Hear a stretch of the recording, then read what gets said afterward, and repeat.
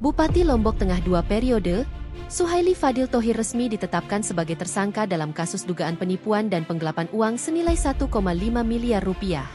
Penetapan status tersangka ini diumumkan oleh Direktur Reserse Kriminal Umum, Dirreskrimum, Polda NTB, Kombes Pol Syarif Hidayat, pada Selasa, 18.3. Ia sudah ditetapkan sebagai tersangka, kata Syarif Hidayat saat dikonfirmasi. Penetapan Suhaili sebagai tersangka dilakukan setelah penyidik memeriksa sejumlah saksi dan mengumpulkan 2 alat bukti yang mendukung dugaan tindak pidana tersebut. Namun, polisi belum mengungkapkan rincian mengenai bukti-bukti yang ditemukan. Kami sudah periksa saksi-saksi dan mengantongi 2 alat bukti, ujar Syarif Hidayat.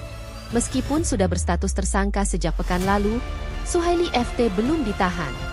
Polisi menyatakan bahwa mereka masih menunggu pemeriksaan lanjutan yang dijadwalkan pada 24 Maret 2025. Kasus ini berawal dari laporan seorang rekan bisnis bernama Vega yang melaporkan Suhaili FT ke Polda NTB pada 15 Juli 2024. Dalam laporannya, Vega mengungkapkan dugaan penipuan dan penggelapan yang menyebabkan kerugian hingga 1,5 miliar rupiah.